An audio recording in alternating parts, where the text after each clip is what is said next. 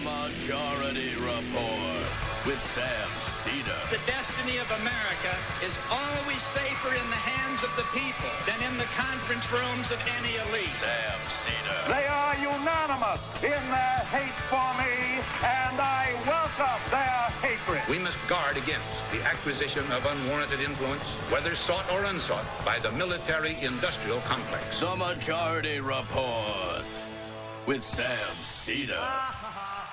Ever get the feeling you've been cheated?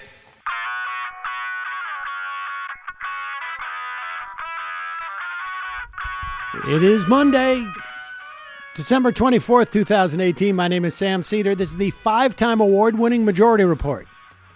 We are broadcasting live steps from the industrially ravaged Gowanus Canal in the heartland of America, downtown Brooklyn, USA. On the program today, folks, it is a special version of the Majority Report. We're not even here. We're in the past. We're in the past, and as it is Christmas Eve day, we are going to, I guess it doesn't make any sense that we would look back on the rest of the year on Christmas Eve day, but we're going to do it anyways. In fact, we recorded this on Christmas Eve day. In other words, we recorded this last week. We're releasing it today. But in our universe, it is actually today, and we're looking forward, but taking this time to look back. And so joining us in studio to do so on this special version of the Majority Report, Alex Pareene. Hello. In studio. Hello. Michael is here with us. Three Jews reflect. And Christmas Eve. And Matt operating the board, and Brendan. Jamie left. Where's Brendan? Brendan, I think he's working out. He may come back. I think it's definitely a good time to do a Matt. Like, you fellas know Seinfeld joke? Three Jews talking news. All that and like more. a picture growing up in Dakota. Today's program, ladies and gentlemen, special version of the Majority Report. We're going to be a little bit relaxed. We're not drinking, although it does occur to me that we probably should. I mean, if we do have some scotch. Oh yeah, all right.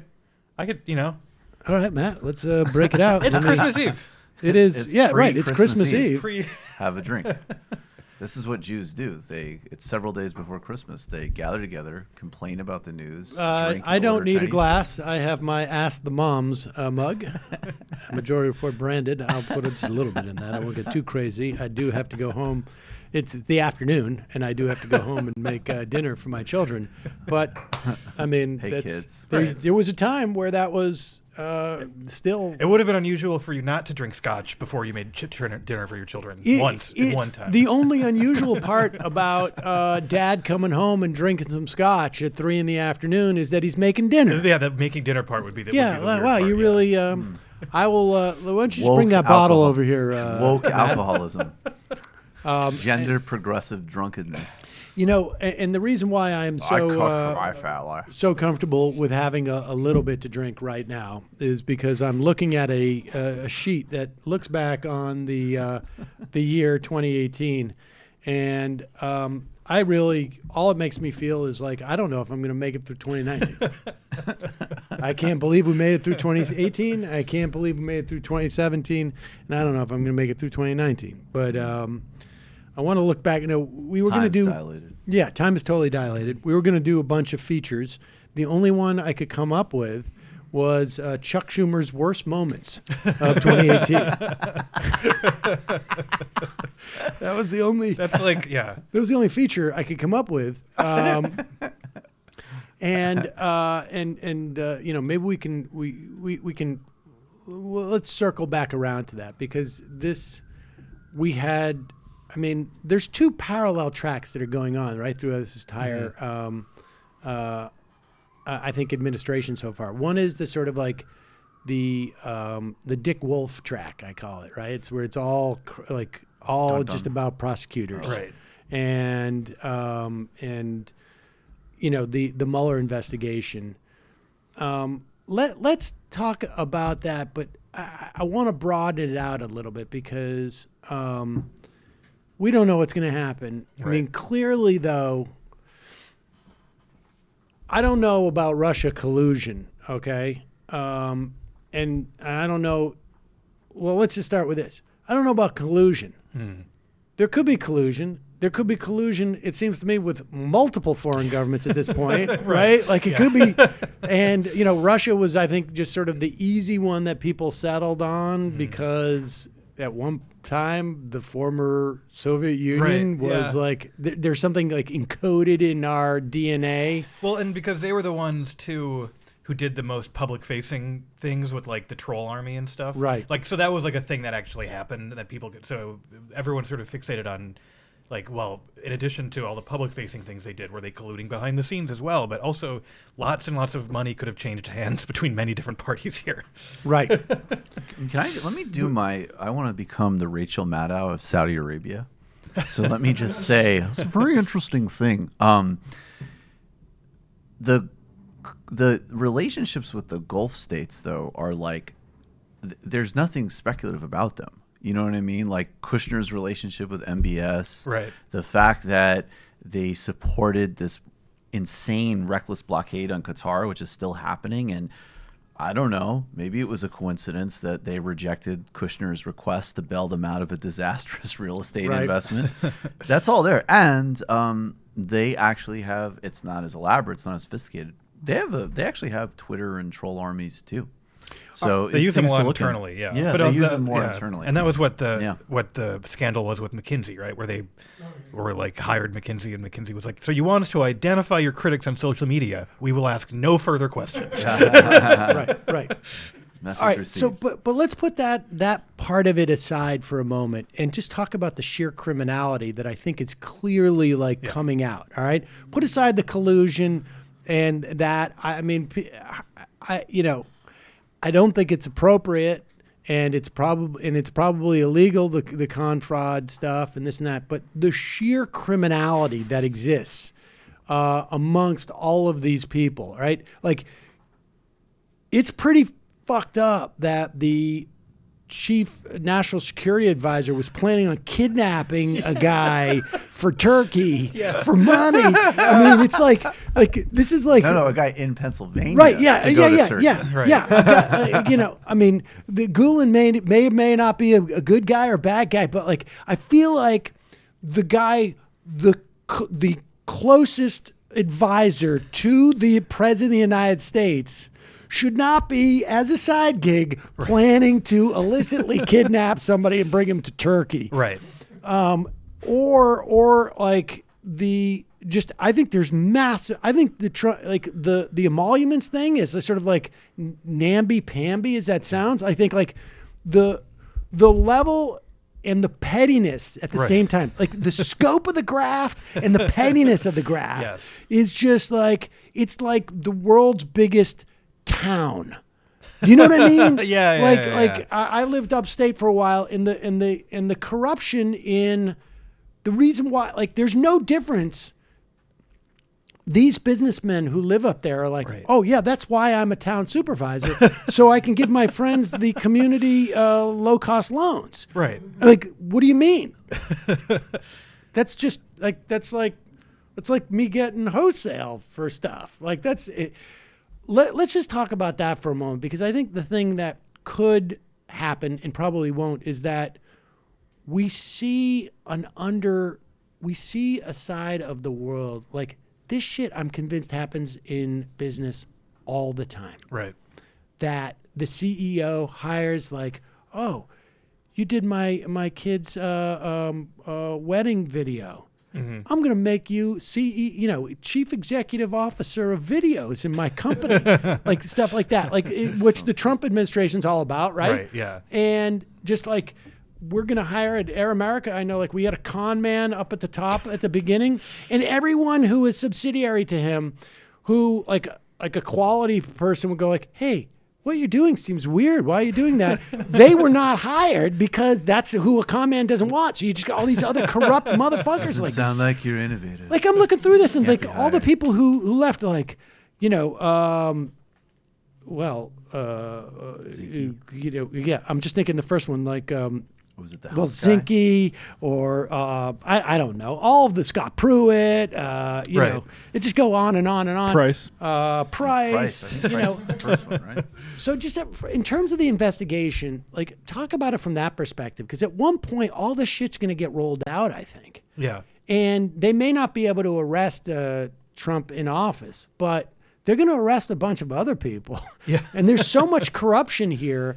Like, I guess maybe like, do you think we're any closer to sort of revealing, like, you know, like Taibbi writes, you know, wrote a book that was of that genre of like, there's two systems of justice. Right. And on some level, like, Trump is exposing that. It's just because he put himself into a different position. He went out of the lane, right? Right. No, exactly. Yeah. And I mean, it is, I think comparing it to like a corrupt upstate New York town is absolutely right, because what happened is that all of this stuff suddenly showed up in the wrong context. Right. They were like, and I think the investigations, it's going to hopefully like force the hand of these prosecutors who just sort of have been letting white collar crime slide for one reason or another, like to because it's happening on such an absurd scale and so in the open. Like you don't like there's not even that much digging you have to do into it to like with stuff like, you know, what Zinke was up to and all that other stuff. So I mean, I would love to see all of this sort of keep collecting like a snowball rolling down a hill until it gathers up everyone. But it does seem like there's another tendency for these sort of law enforcement types to like get a couple names and then be like, well, we got him, you know? Right. You know what's funny? When you started outlining it, and this shows though, like how everybody's standard starts to subtly, because I was like, all right, if you're going to include like the kidnapping and the paying off the porn star, then we're not going to, I mean, give them a little slack, right? Because if you're going to just include all of their criminal activity, then it's just not even fair. Be to have sportsmanlike. Yeah, be sportsmanlike. How are you going to even have a conversation about them? Don't you give somebody who can't play a handicap, right? and then the second, I was I'm listening to Crime Town's podcast, and it's on it's on Detroit crime, and now they're doing like the Kilpatrick administration, and I guess like in 2002, 2003, that was a very big story, right? Yeah. Like mayor of Detroit, like definitely because he was black, and they called him the first hip hop mayor and all this stuff. And he was a criminal. Like he's doing like a 25-year bid. Yeah. But there were some things that were like misuse of like security guards for like mistresses. I thought like Rudy did that. Yeah. And then other things that are like, yeah, like his wife leased a Lincoln Navigator way above price. Like, and all of these things that are just like, yeah, that's like all of this stuff That's is baked totally into baked, right? Like, Just like, yeah. It's weird, Yeah. you know, like Hayes, I did his year in review, and we were talking, I don't know if it was even on air, but he was saying, like, do you remember what Gephardt, was it Gephardt? Or no, not Gephardt. The other guy who was in Congress. Daschle? Daschle. Yeah. Why Daschle had to step aside? he had to step aside because he wasn't paying taxes for housekeeping or childcare or something. No, it was something like supposedly he borrowed like the car of like some wealthy guy and didn't repay the value of the trips that he took in the car. Remember, and you know what's weird is I Like think it was- the guy who did it, not that it makes that much of a difference, but that Leo Hendry, I think, was the business guy, and he was like one of these like patriotic, yeah. like, I'm a rich guy who actually supports like card check legislation. Yeah. So it was like, not only was it basically nothing, it was probably like the most positive influence in Tom Daschle's political life. Yeah. Yeah. And I mean, and that type of thing. But the other thing that occurs to me in terms of like, you know, you see this level of criminality with like a guy like Manafort. You see this level of criminality with Trump and all the people around him, and you have to start asking the question like, how the fuck did he not have any legal problems for the past 25 years in New York City? With, you know, take the most cynical and jaundiced perspective. every guy in the Southern District of New York, U.S. Attorney's Office, every guy, gal, in the Eastern District of New York of the U.S. Attorney's Office, the state attorney general, the city DA, like, okay, Vance gets $20,000, $25,000. That's a lot, I guess, but it's not like taking down Donald Trump wouldn't be worth that in terms of your political career. Seriously. Like, I think, and, you know, it's the end of the year and I'm drinking, I can afford to be a little conspiratorial. I think that Donald Trump may have been, probably unwittingly, sort of a little bit protected. Yeah. Because of all the information they may have been getting from Felix Seder. Right. And that's why this guy's floated through life like, I can't do anything. I'm untouchable. I'm so smart. They so smart. They learned about every single catch new me. cartel in New York City. Just like, oh yeah, Trump's having a meeting with some new guys from Panama. There's probably an entire new criminal syndicate we didn't know about. We get all of our information on after this idiot sits with them. We know for 40 Felix minutes. Seder is a CIA, FBI asset. Yeah, they have exactly. testified. This is public knowledge. Yeah. He and the way that they've been getting information from him is mostly because he's been money laundering, maybe squaring some other like arms deals. Well, he's got to money launder somewhere too, right? And that's Trump. And so Beautiful business. they don't want Trump's business to be ruined because he's a repository for criminal activity. Yeah. They dip in. Seder's, New York FBI's office, Whitey Bulger, they dip in. They dip in every now and then, like you get 3 for you, 1 for us, and we don't. And anybody who sniffs around Donald Trump gets like. No, yeah. I mean, that's the only explanation. No, for I don't this, know. right? I don't know how else you explain how, he can survive people like how did he survive the political ambition of Elliot Spitzer? Exactly.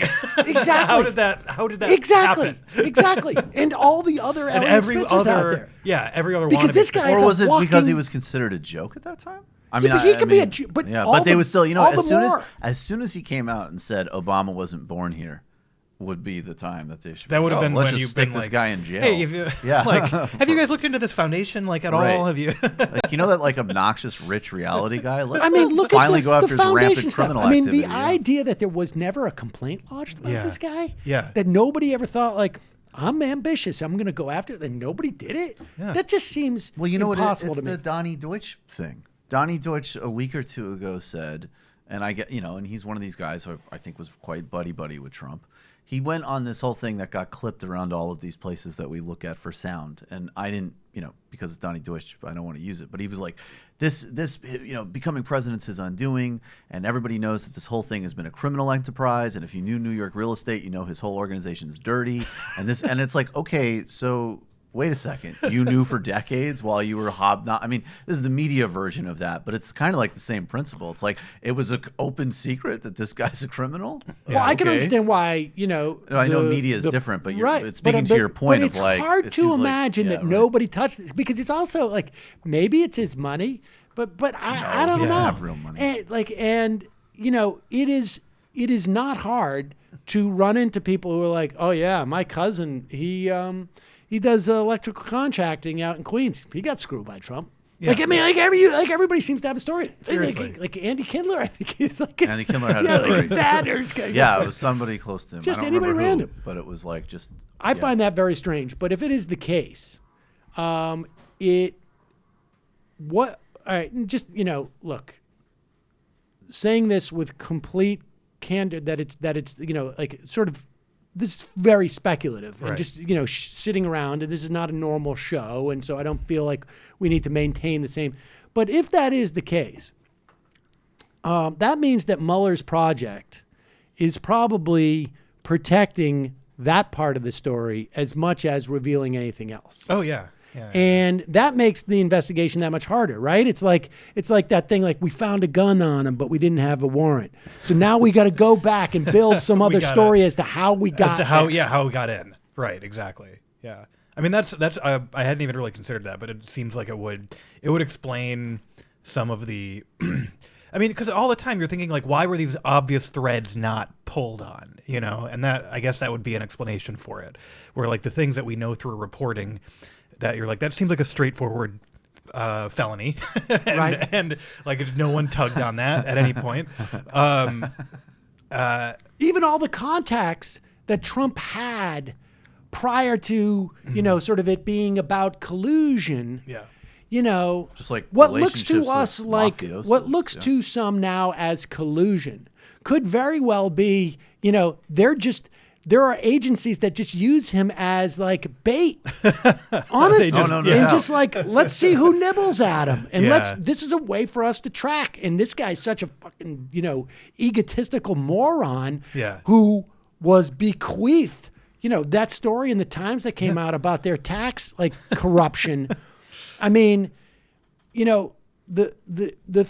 opportunity that I feel like that's being lost in this moment is that it's not that, even aside from my wild, conspiracy theory, there's no doubt in my mind that virtually that 75% of the families that have several hundred millions of dollars do the exact same thing that Fred Trump no, of did course. to get money to their kids. They build, shell companies. There was a report about, Ivanka, Javanka are going to, 2 weeks ago, they're going to, it's illegal to capitalize on tax proposals that you propose. And of course, that's, but the tax proposals themselves are like, hey, this is scandalous. Yeah. This is legal. It's scandalous. I mean, the whole tax system, and none of it, it seems like there's a big opportunity that's being missed by everyone to sort of say, like, we're getting a window into what's actually what is, even if, whether you're... Is this where you have to put on be a good dirtbag socialist and be like, clear? I mean, that's the dividing line, I think, between people who are like, we need to get rid of Trump and we need to get rid of the conditions around Trump, and a politics of this guy's so horrible, this guy's so horrible, this guy's so horrible, and then let's get back to normal. But it 'Cause almost normal feels like before neither that- camp is putting is putting it together. Like, I don't know. about that. I mean, I think in a general way, you hear the left say, this is what's wrong with America, but it's not. I feel like it's not. There's nobody out there doing the sort of the reportorial work that says, like, this is not sui generis. Yeah, maybe not. Yeah. But This even is- like a guy like Anand Giadardis, who had a great thread on, Right. no, this is actually very normal behavior. Trump just did it in a typically stupid way. I think it is out there. Yeah. Among people who want to take a more systemic look on it. I would love to, if this is true, to watch Trump all of a sudden flip into like, yeah, for years I was just exposing crime, just working deep cover. It was hard to be. These people, they are Actually, disgusting people, terrible people. Trump coming out as a deep state operative himself would be an incredible twist. That's the twist. Yes. Can I please take off this horrible fake wig and get back to using my real head of hair? Or it would be like as if Robert Mueller actually is going to expose all of this in like a mass exposure of the global oligarchy. And he was just like, like every innocent Muslim teen I put in jail in an entrapment case, I knew I was working towards something. Yeah, exactly. And finally, as the whole global Davos elite and the Trump organization get put in cuffs, I realized why I had to put that underdeveloped Chechen kid in jail for a fake terrorism This is plot. where we do It was the- hard, but it was worth it. This is where we do the crossover episode with Bill Mitchell, right? And all the QAnon people who think that. All right. Well, I mean, so the question is there going to be enough overwhelming evidence of like sort of this like deep corruption, or if there's a politician who's going to emerge anywhere who is going to start to sort of say like, I mean, that's my biggest lament this year in terms of politics, in terms of who did not get elected, was Zephyr Teachout. Oh, I yeah. think. Oh, my God, Because yeah. I feel like Zephyr Teachout would have been that figure been to great. sort of say like, here are the Trump crimes, and here's also actually like Ken Langone's been doing the same shit here, Yeah. and so hasn't Andrew Cuomo. And I don't know. I just said Ken Langone just as an example, not in one that is not in one that, but I'm saying a Ken Langone type. No, Ken Langone might be super scrupulous. Yes, it's very possible. Yeah, hell yeah. It's totally But I'm saying possible, yeah. a very wealthy scion. Yeah, I mean, again, this is a very, very vulgar Marxist take, but it does still feel like the party is like too much made up of people who hobnob with these people for someone to make that case, basically. That like what we're seeing is a window into how these people have been screwing all the rest of us for years and years. And I mean, Sanders has a version of that, but it's like the sort of the version where it's like millionaires and billionaires have too much money, and not the version where it's like, here are the specific things they're doing to perpetuate their power. And I think like even the Sanders critique is not. There's just still not like sort of like there, and I understand it. You have to because of the political moment, and certainly like let's talk about just like what happened in the midterms. I mean, for all of the don't run against Donald Trump stuff, and certainly the Democrats out there, as far as I can tell, as far from every like reporter I trust who was out covering these things, they ran a lot on on basically some version of improve the Affordable Care Act or Medicare for all or something like that, or infrastructure. I never heard one reporter.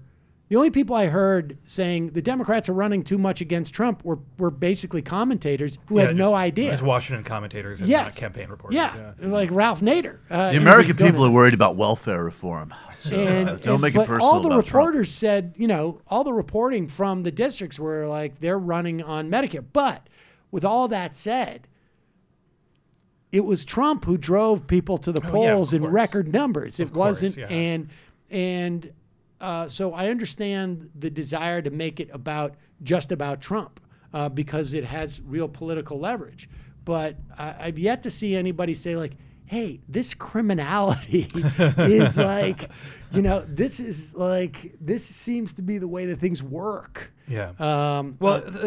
Like again, there's this thing that you were mentioning where commentators are like, well, this is what happens when you let New York real estate into Washington, is because this is just how things work. And it's like, well, why haven't you been telling me that for the past 10 years?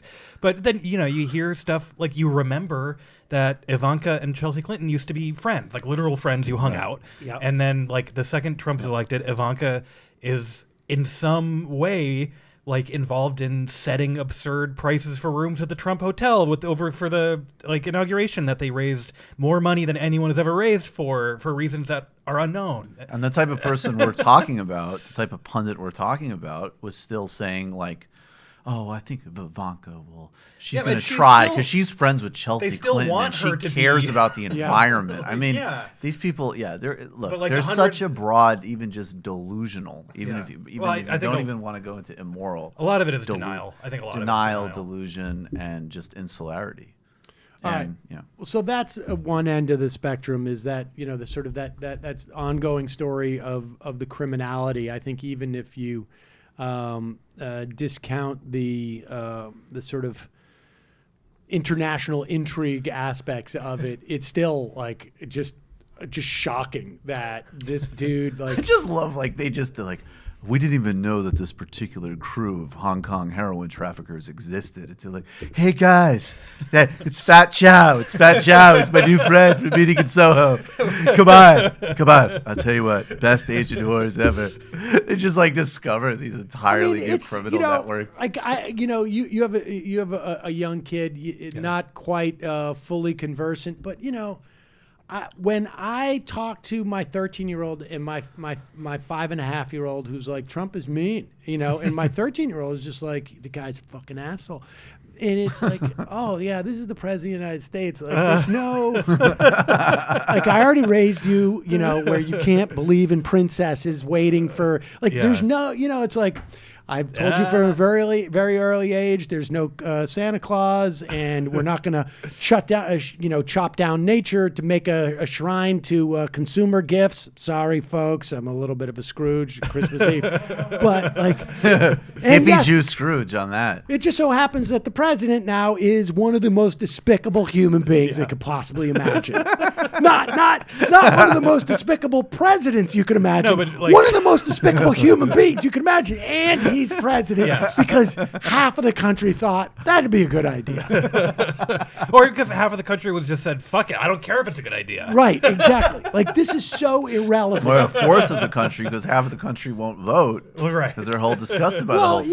yeah, that's true. Yeah. I mean, but that's been a dynamic that has Sure. been long term. I mean, it's Sure, not like we sure. had an era in America. Now, part of that was a function of like purposely suppressing people, but it's not like we had an era of like 85% of the population is voting and they're now so discouraged. It's just like there's always been a certain percentage of people who are purposely and maybe in some instances just coincidentally Right. not engaged. But this is, and it's also sort of depressing. It's like Dad's going to work again to talk about how people don't give a shit about that we're going to put Have the another worst drink. human being in as the guy who's, sort of running the country. It's a little bit depressing. That's a helpful distinction, though, because I was going to ask you about like what would be the difference between George W. Bush with kids and Trump, and I don't know if George W. Bush isn't one of the most despicable people as a person that you can imagine. He's an asshole, but he's not like the worst person ever as a human being. This is literally the necessarily. reason. That's interesting. This is why nonpartisan Yeah. pundits actually hate Trump, because Right. they like that's the actual reason. Is there? Oh, yeah. They can say and believe with any other politician that at heart they're a good person. Right. And they're unable to do that with this president. Because this actually kind of settles the Right. debate. Because I still think overall on the merits, Bush is definitely a much more destructive president than Well, Trump. I mean, just in sheer just bodies. in terms of Yeah. sheer body bodies. count. But then on the other hand, it's like a person occupying the office who is just a grotesque. I think I think honestly, you need history. You need some time to assess who is going to do more long-term damage. Now, course. Right. Now, like Right. for me, just in terms of my own life,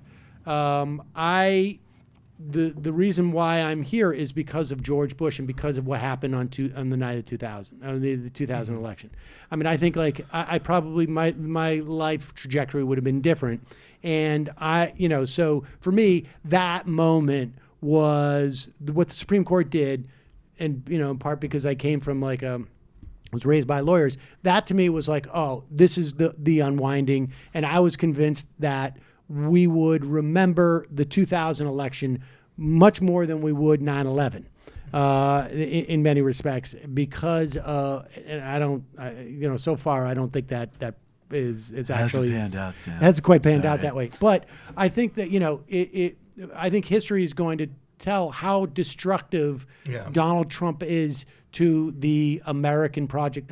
Maybe it'll be healing. Who knows? Earth I think Project. like Hold on for 1 second, Matt. Is there something going on with his microphone? I feel like just check, or maybe it's just needs to be. Do I? Yeah, am I not that's am I not that's a talking little into bit. it well, Yeah, a well little enough? bit. That's better. Yeah. Okay. Okay. I like when we're talking about what Trump's administration is politically, outside of the question of Trump personal, like it's a continuation.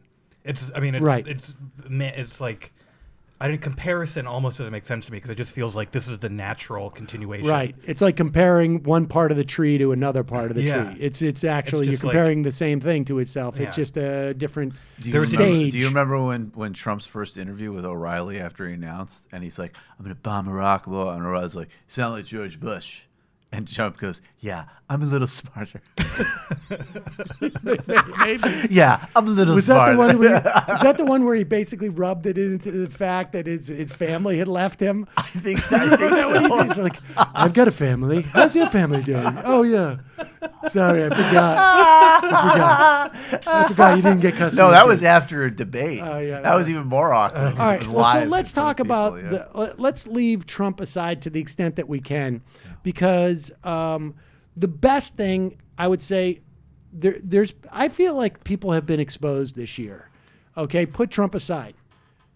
I think there is more awareness today that Chuck Schumer sucks at his job, broadly speaking, than was at the beginning of the year. Yeah. And I also think there's more awareness today that Paul Ryan is a piece of garbage. Oh, yeah. Than there was at the beginning of the year. And I think both those things are great for the country. Yeah. I don't see any resolution to what we do about Chuck Schumer.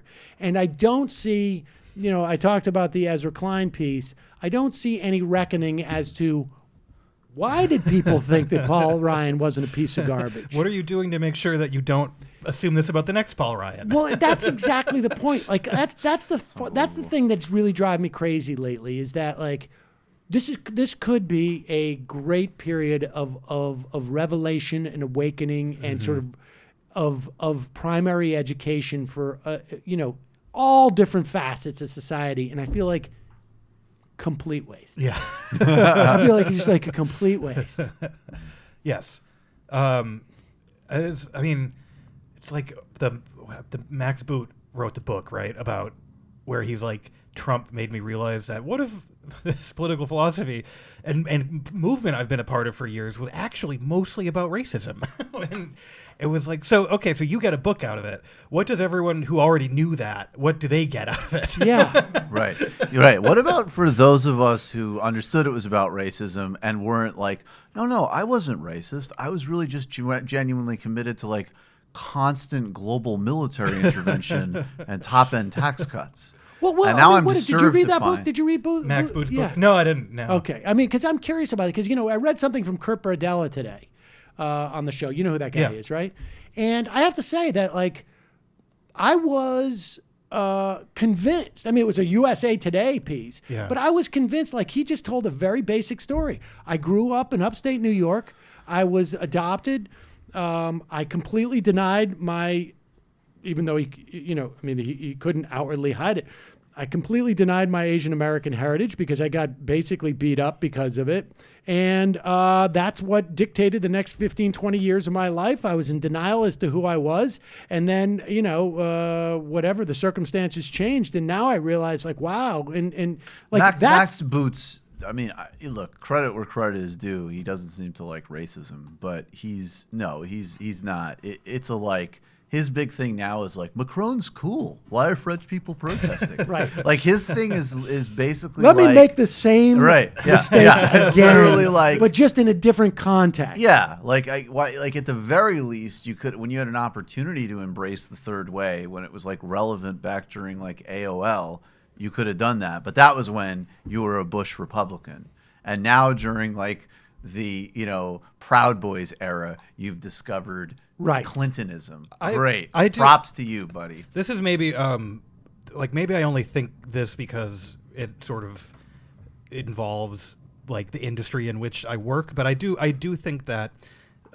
since basically Iraq, there has been like an actual concerted effort to make sure people don't learn lessons about being wrong, just because the people who are still in charge of everything were so disastrously wrong. So I feel like we can say people are awakening to the fact that Paul Ryan was always a fraud.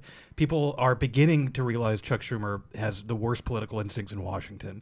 But like there's resistance to making the sort of changes that would like elevate people who didn't make that mistake. But hasn't that always been there? The only difference now is that we actually are getting, like, what you're describing is actually progress. Yeah. Which I think is a function of like social media and the technology that we've seen. I mean, 10, 15, 20 years, it's not like people are going around like everybody got it wrong on Vietnam. I mean, like we're not going to hear from those people anymore. Like that, no, that didn't happen. Wasn't like the big lesson from Vietnam for the mainstream pundit class? Like people really overlearned the lesson from that. And right, Americans that was way too skittish about bombing other countries after Vietnam. They skipped the lesson and went right to the overlearning.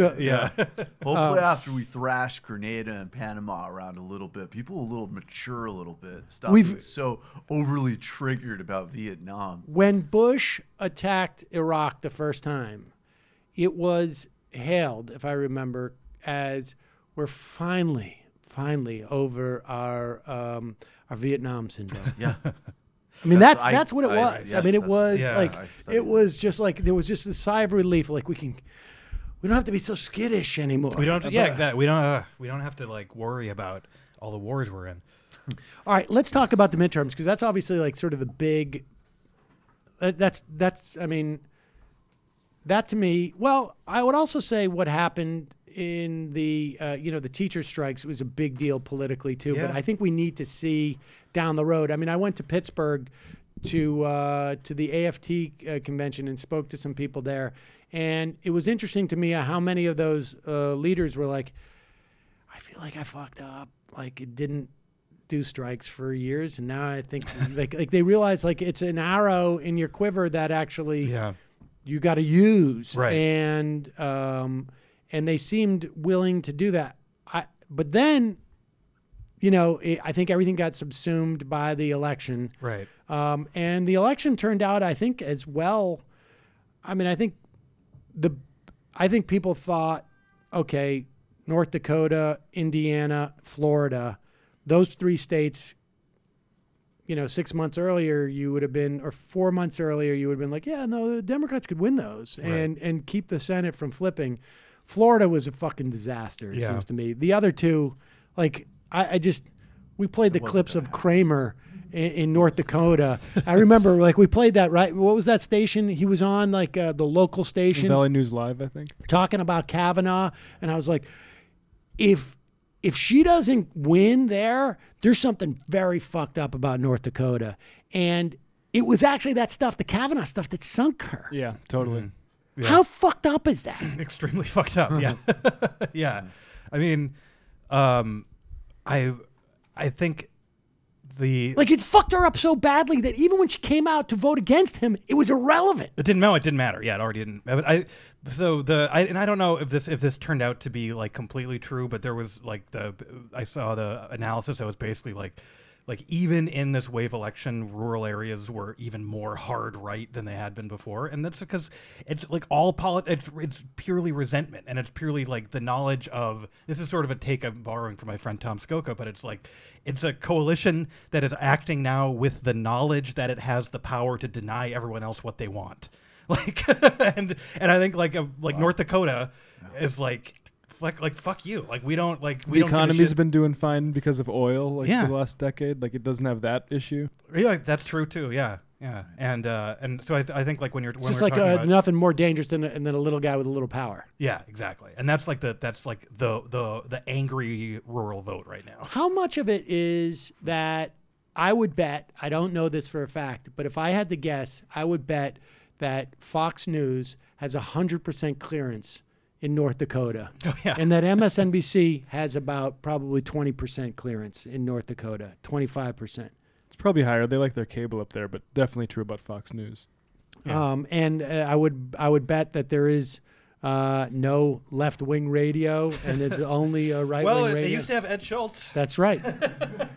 He left a long time ago. He left a long time ago, yeah. God, Kavanaugh just reminds me too of like,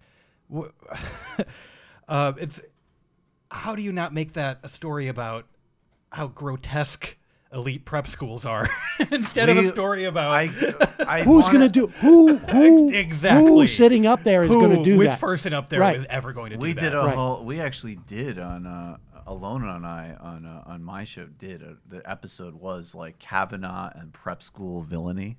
Yeah, and it just turned into like a devolving like.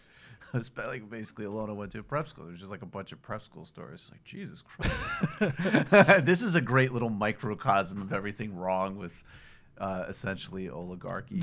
The thing about the Kavanaugh stuff that really disturbed me at the time, as I recall it now, was that Kavanaugh seems to me to be the first person, maybe we saw some Congress people do this, but on a national level, the first person to adopt Trumpism as a tactic. Yeah.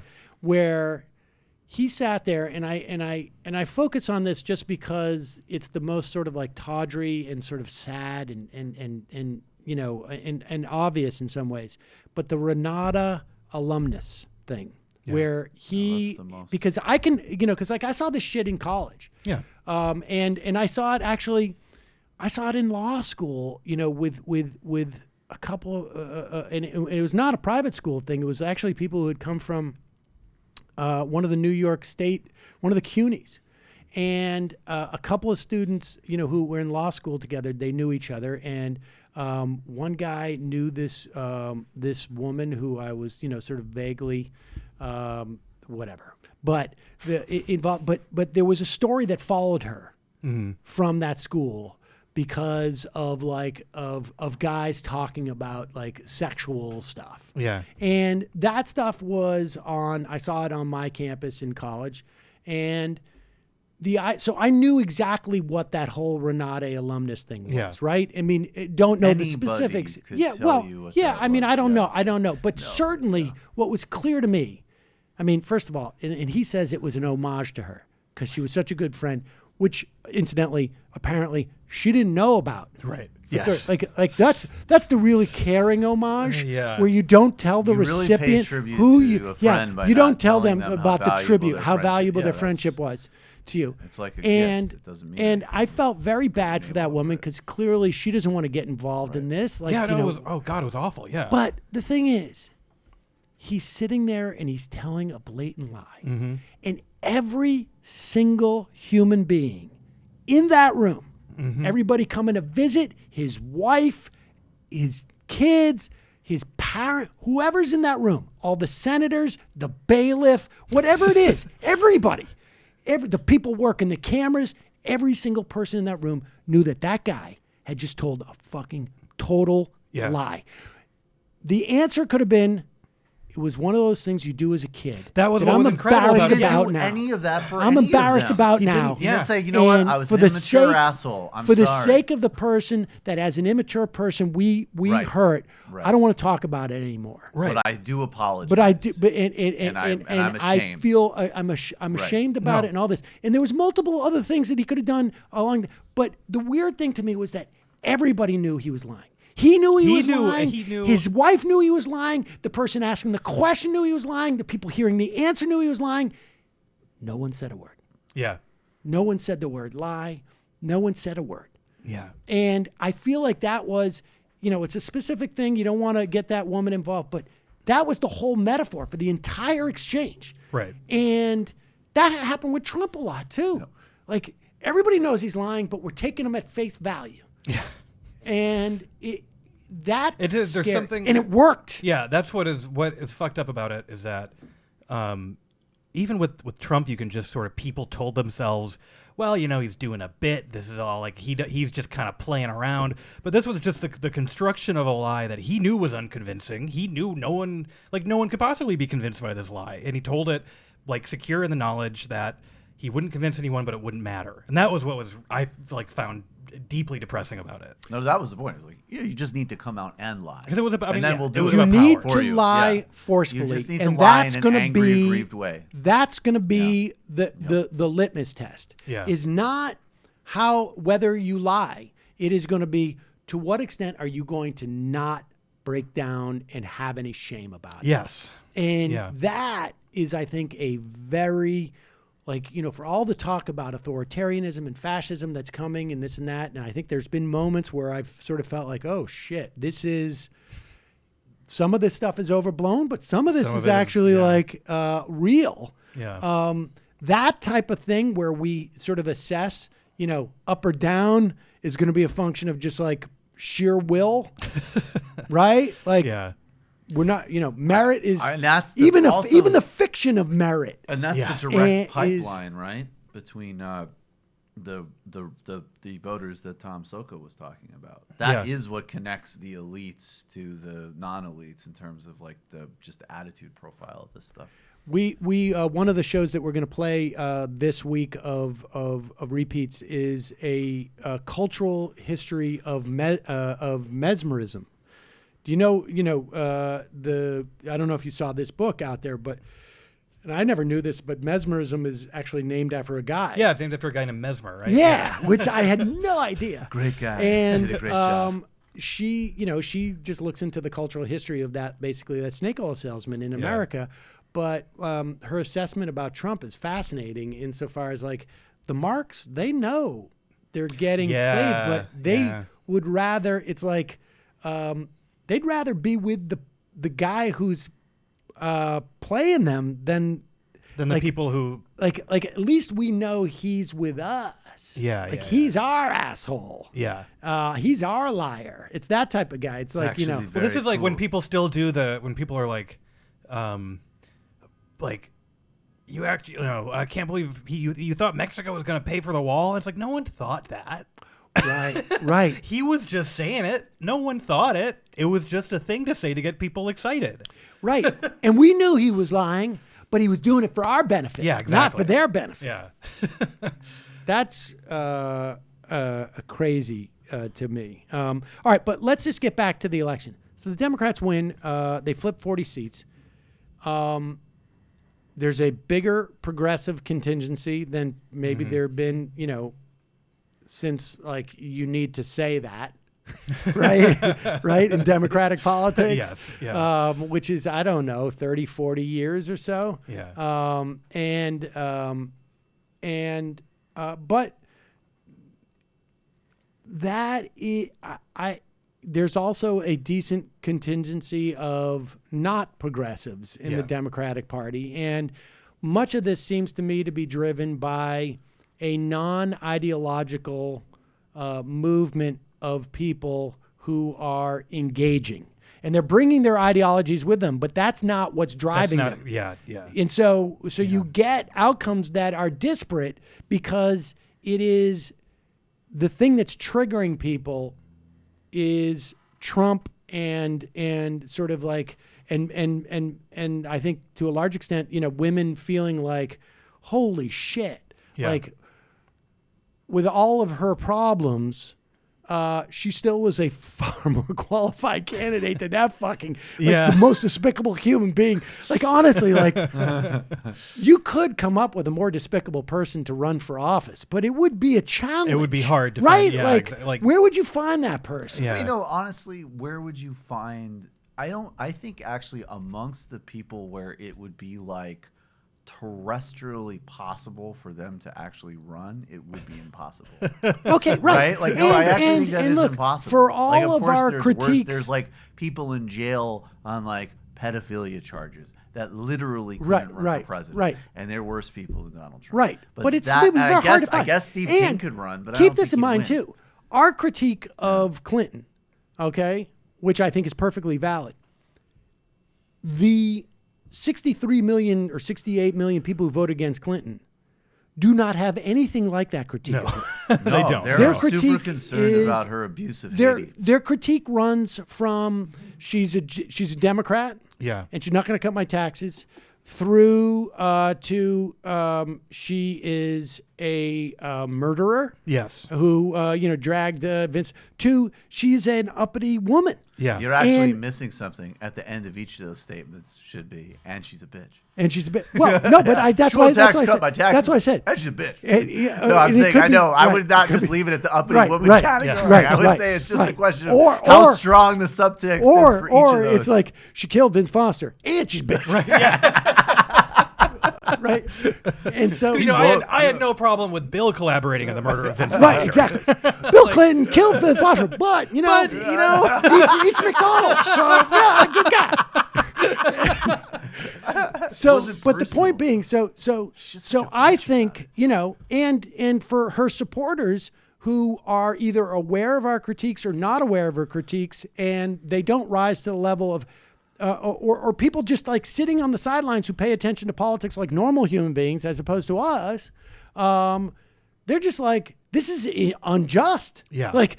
All they, they don't see, the critiques or, of whatever it is. Like, I'm torn. She's going for suburban voters, trying to keep Paul Ryan around. They're going to do something with tax repatriation. I'm not happy with that. Like, I don't think her TPP, her anti-TPP stance is really, there's any depth to that. No, that's not, we're talking a couple million people, maybe. No, as opposed to say the one thing that, but my point is like that activated women. I think it totally did. And all the data shows this. They brought their own ideologies with them, some of which were, included those critiques, some of which were just like not included that at all. Mm-hmm. And they are the most potent force in the Democratic Party in terms of like whether that's durable, I don't know. But that's the only reason why they won 40 seats. Is because all those people came out, were activated, and did shit. And that runs contrary to, sort of the aspirations of the of the lefter part of the Democratic Party, although that's ascendant, I think, in many respects. Yeah. But it's a different story. It seems to me. It's not the story. It's not necessarily. There's very few people who are talking about that narrative. Let me put it that way. I think that's true, but I actually also think, and this is where I disagree with like fellow leftists sometimes, because I think like, great, right? Like setting aside like the people you deal with, like, Clara Jeffries or Neera Tanden or whatever, who might try to latch onto that and are going to be disingenuous. But these are I think like normal indivisible moms who did like incredible work getting people elected, I think they're actually going to end up being pretty amenable to things like Medicare for all. Like, I think this is an incredible pool of people to collaborate with. It's a great opportunity to enhance our understanding of certain issues, to move them to the left on others. Like, I think, like, yes, it is. It's a great opportunity. It's a great opportunity, without no doubt. But it is. There still wants there to be a narrative and interpretation of that showing up that I don't think is accurate and may do a disservice to seeing people to see that opportunity. Right. Yeah. I mean, I think like what drove people to the polls was that sort of that shock and anger at not just that Trump winning, but like the way he won. And I think, with suburban women, probably a lot of it is like they can't believe the number of people they know who sort of allowed this to happen. And so that's not a left-wing. That's not a left-wing explanation for how an election went, because it's not like material conditions led people to go to the polls and we need to be economic populist or anything like that. Because like elections are just sort of insane things that involve a lot of random events and complex psychology. But I think like this is an opportunity now to take this coalition and be like, like what Ocasio-Cortez does, which is like, yes. All right, so like, look, here we are. Like, I don't give a shit who elected me and why. I'm going to take this advantage of this opportunity. Yeah, and present. I mean, that I think is the biggest danger for leftists at this point, is just sort of like, instead of trying to make the analysis fit your aspirations, totally. just go on the aspirations. Yeah, take the win. Take the win. Take the win. Use what's there, and that's what's interesting. Like, just looking forward into 2019, and then we'll wrap up. I know we're a little bit longer than we thought we were going here, but my sense is, we were going to bet, right? Oh yeah, we have to do a few bets before we get out of here. We were going to bet as to whether Bernie Sanders enters the race. I am a little bit skeptical because of Elizabeth Warren's proposal on drugs, because there were everybody in the Senate who's running came out with a drug proposal over the past month and a half. Like I have literally one is like the Drug Price Control Act, and like Merkley and Klobuchar and Sherrod Brown and Bernie came out with one of his, and they all sort of complement each other. Different. Hers is the most radical. I don't think it's the VA apparently started doing this at the beginning of the year. They started to produce generic drugs when there was spot shortages. The VA actually, the government is producing. But she is calling for this when there's a market failure, and defining the market failure as pretty broad for generic drugs. And that is more socialist than anything Bernie has proposed. It is the government getting involved in the means of production. And my theory is that she would not be picking a lane. Her policies would not be filling a lane to the left of Bernie Sanders if Bernie Sanders is going to run.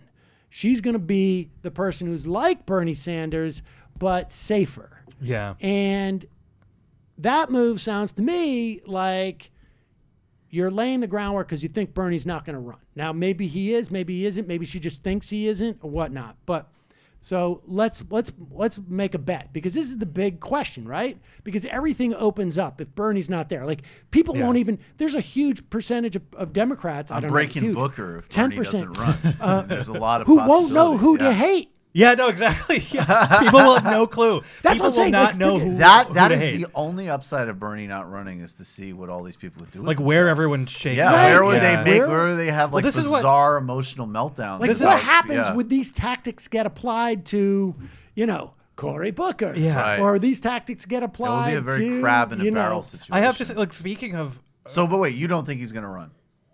You're putting yourself down for he's going to pass. We're all putting $5 in a pool. I don't All right. want to. I know I don't want to All rope right, you $5 into in this. the all right, I'll I have to think. I have to think about it for a minute, but I'll bet. Yeah. All right, Okay, so $5 you're in a pool. $5 he's not running. I say he's not running. All right, but I'm sorry. What were you saying? I think it depends on if he sees numbers doing well or not doing well. But of course, it depends on shit. all right, I'm gonna say he runs. I'll say he runs. All right, I'm going to say, and I'll maybe my bias is I think that's interesting, but I also think like he essentially just did a kitchen cabinet at the Sanders Institute 2 weeks ago, and not only domestically with leading progressives, but essentially had like a global contingent fly into Vermont to beg him to run for president. Which is like literally what Varoufakis did there. He made sure that Haddad came in Brazil. So I actually think that the fact that he's spending so much time around foreign policy is really interesting, because I think it's both where he wants to go, but it also opens up a whole other lane of daylight from somebody like an Elizabeth Warren. And, that's not going to be particularly important to getting voters, but it definitely is setting a whole new standard, I think, for like the issues he's putting markers down on, even if he does want her to move towards him and run. Anyways, I already forgot what Pareene bet. I said running. He's running. He's running. Okay, Running. Matt, because I want all this cash. Yeah, you're gonna. Yeah, you're gonna lap it in. Oh, get in on my. Oh, Oh, you son of a yeah. bitch! You fucking Wow. Heidi Heidkamp of this shit. Damn. You're like a hedge fund guy. That's all you're doing. You're just playing the split. He is. Yeah, He's just I'm just bouncing the books. That's awesome. All right, well, Matt All right, and I yeah, are going fuck to enjoy. Sam up. So why isn't Matt he and I- running? I don't. I just have a feeling like it's Bernie versus if it's Bernie versus the field, and I want Bernie. I just always expect to be disappointed, so I don't think he's going to actually run. Fucking arbitrage. All right, and I'm going to make another prediction. So we got $20 in the pool.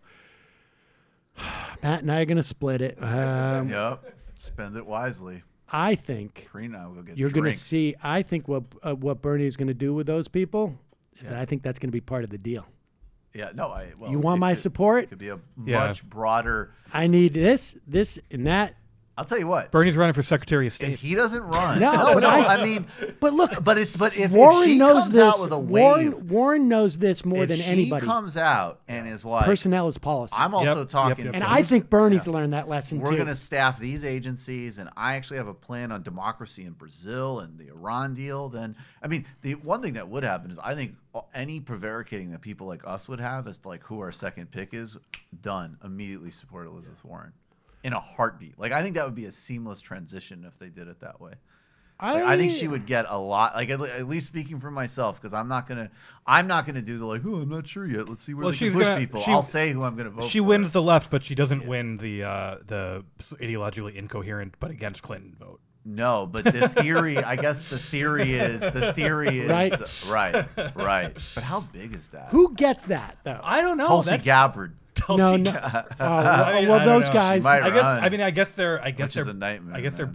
Biden or or Beto. Biden or Beto. Biden or Beto. I mean, the upshot of Beto is that Or Sherrod Brown. I think Sherrod Brown could appeal to that type. maybe. I think the upside of Beto is that he knocks Biden out pretty quickly. Yeah. He cancels Biden out totally. Right? There's no purpose of Biden with Beto. And I've been much more bullish on Biden as a candidate than you. But if Beto's in, why? Did you see that video of that's going around now that people are starting to dig up a Biden? Like, there's so much crap. Oh no, out there. I don't think he's going to do it. Actually, I'm pretty sure he won't do it. No. He doesn't need the hassle. He could much better. To He's believe, done it. I mean, he has done it twice. No, And- but it's like better Well, to here's be the- the here- beloved uncle. Yeah, but you know Yeah. what? Here's the thing. I mean, I don't know. And I think it's true with the Republican side more than the Democratic side, but I think this is changing too. As recently as 10 years ago, the conventional wisdom is like, you don't just run for president. It's a big decision. You got to Yeah. get your family around. You got to realize you got to go through all this hell. Yeah. It's going to be a nightmare. You're going to destroy yourself. But that's not the case anymore. No, but The with Joe Republican Biden's- primary, but but wait a with- second, the yeah. Republican primary showed this. And it's more true, I think, with the Republicans than it is the Democrats. But running for president, particularly when there's more than like 5 people running, is a pretty sweet gig. Yeah. Because all of a sudden you have campaign paying for you to go do your book tour, Right. campaign going out to do your social media, promote you. You're going to get a radio show. You're going to get a book deal. You're going to get, this is a business plan. It's totally true, Totally. but I think And- in Biden's case, that is like Now, tell me when Did you read Joe this Biden book? Did you wouldn't read- want to go around when no. somebody else is dying. I agree, but did have you read? audiences- I totally agree with that's a right. The ego is strong, but I read there was some piece that came out in New York Magazine last week about this. And first of all, and this lends itself towards him running. He actually has turned down people have offered Joe Biden like $20 million worth of speaking gigs, which he has turned down because he doesn't want to have a Hillary Clinton situation, which is savvy. But on the other hand, do you really want to go from like beloved Uncle Obama vice president to like you run and all that's going to happen is he's just going to like That's every too single rational. You're massage thinking too video. rationally. Well, first of all, Anita Hill, because he Iraq, he believes segregation. he thinks he's the only guy who can beat Trump. I think he's He said sincerely- the other day I that think he thinks he's the only anybody guy. could beat Trump. Did That's he? his first gaffe of the cycle. Well- he said 2 days ago, I think anybody could beat Donald Trump, which don't- I agree with him on. I don't actually. think. I mean, I think he goes into that, but I also think that like he could say to himself like, I keep my head down a little bit. I can be a guy who the nominee has to come to me and say, what's it going to take to get your support, Joe? It's possible. And you know what?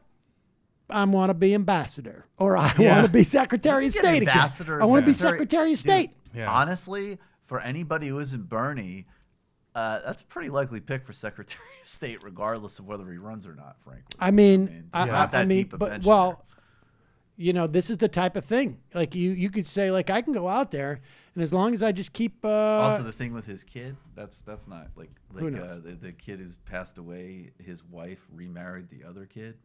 I don't think he worries about. I mean, know, man. honestly, Just like, weird what salience is that going to have in today? That's why he didn't run in 2016. But you're right. Today it would have no Right? salience. Like, I mean, That's come totally on. True. That's totally true. That's totally true.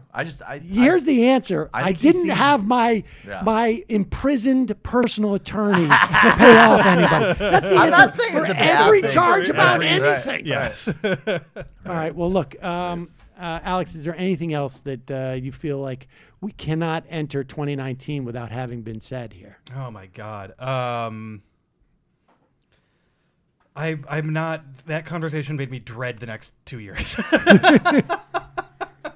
I'm just thinking about like Iowa now, and I'm thinking about all this other crap.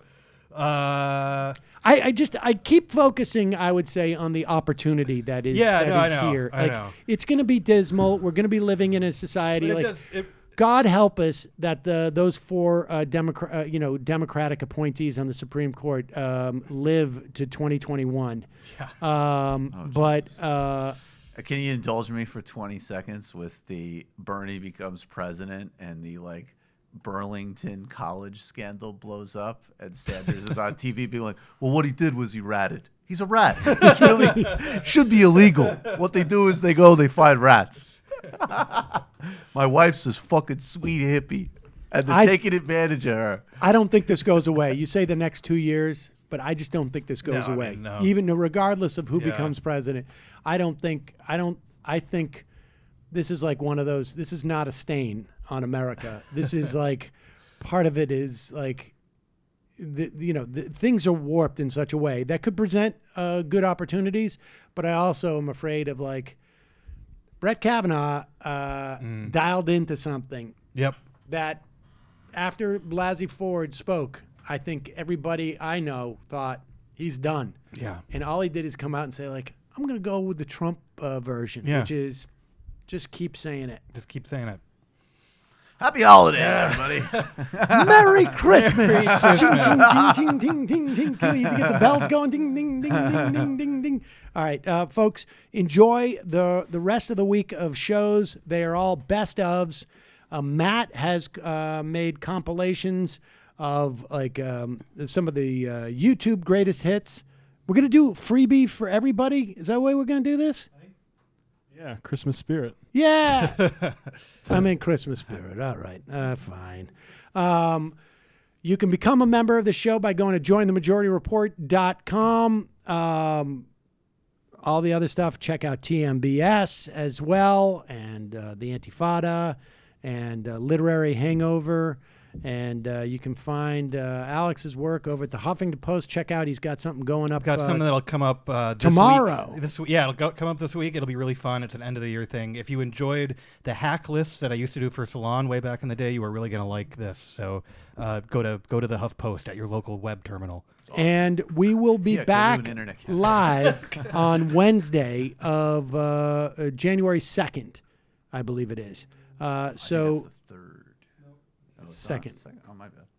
So, but enjoy the best ofs. If you haven't heard these interviews, make sure you listen to them because they have been voted and we went through a long process. It's the best. And if you did listen to them, you want to listen to them again because they're literally the best of. And that's what we called them. They're really good. Okay, folks. Bye-bye. It might take all the strength I got to get to where I want, but I know somehow I'm gonna get there. I wasn't looking when I just got caught between the truth and the light bulb, but finding out won't make me feel any better. Yeah, I know the clock is ticking, but the meds are gonna kick in, and my pilot light shining bright.